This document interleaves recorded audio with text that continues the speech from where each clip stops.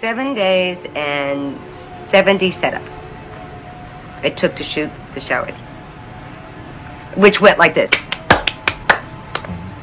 How are you positioned, for instance, for that famous shot where you're finally dead and you have your face on the floor and you lift very sharply? And do you know which one? Oh, yes, of course. The camera starts here on the eye and pulls back and gradually, you know, includes the whole scene, then the shower, then the whole bathroom until very high.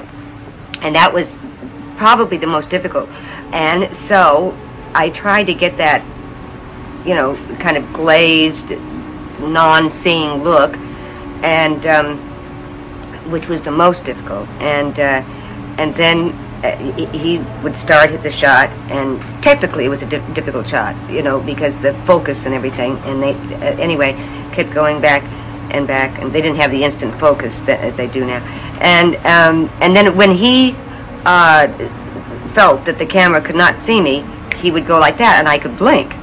And it was a funny story. There were a lot of things that went wrong. Technically, I'd blink, I'd gulp, I'd do something that you know, involuntarily that I couldn't help, or something went wrong with the camera or the sound, whatever.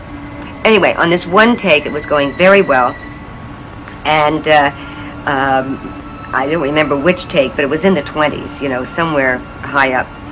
And obviously I was wetter and wetter, and Mr. Hitchcock had been very thoughtful in making sure that the water was warm, you know, so that I would be comfortable in the shower. The moleskin that I was wearing, because whatever you say, there was not nudity, moleskin covered whatever had to be covered. Anyway, in the middle of the shot, everything is going well on this one. I hadn't blinked, you know, and the camera was going fine, the sound, everything was fine, and he did that, and I could blink my eye, but I could feel the moleskin from the steam of the warm water after all these takes was slowly coming out like this.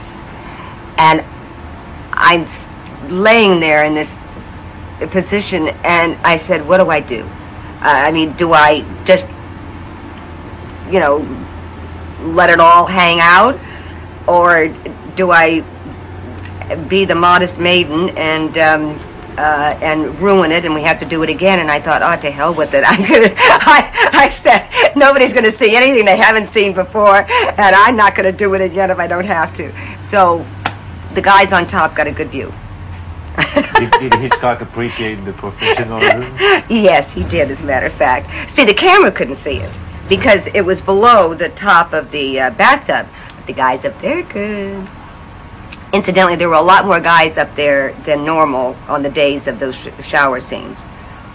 And the opening scene with Gavin, with the half bra and the slip. All of a sudden, there were so many electricians and there were so many people up in the gaff. You know, I couldn't believe why all those people up in the catwalks. Did that bother you? No. What did Psycho do to you, or did for you? Well, one gave me an opportunity to work with another master like Mr. Hitchcock. It's certainly, I guess, even though I'd made 50 films, you know, is the most recognizable, even today, which amazes me, because kids who weren't born, are you showing off for everybody? Huh? Are you showing off? That's a point. For kids who weren't even born when Psycho was made or released, you know, come up, oh, that's not allowed. The Hayes office would not allow that, Fred. Fred, you naughty boy. That would be a first on French TV. Yeah. Anyway, I forgot what I was saying. I got all... What was I saying?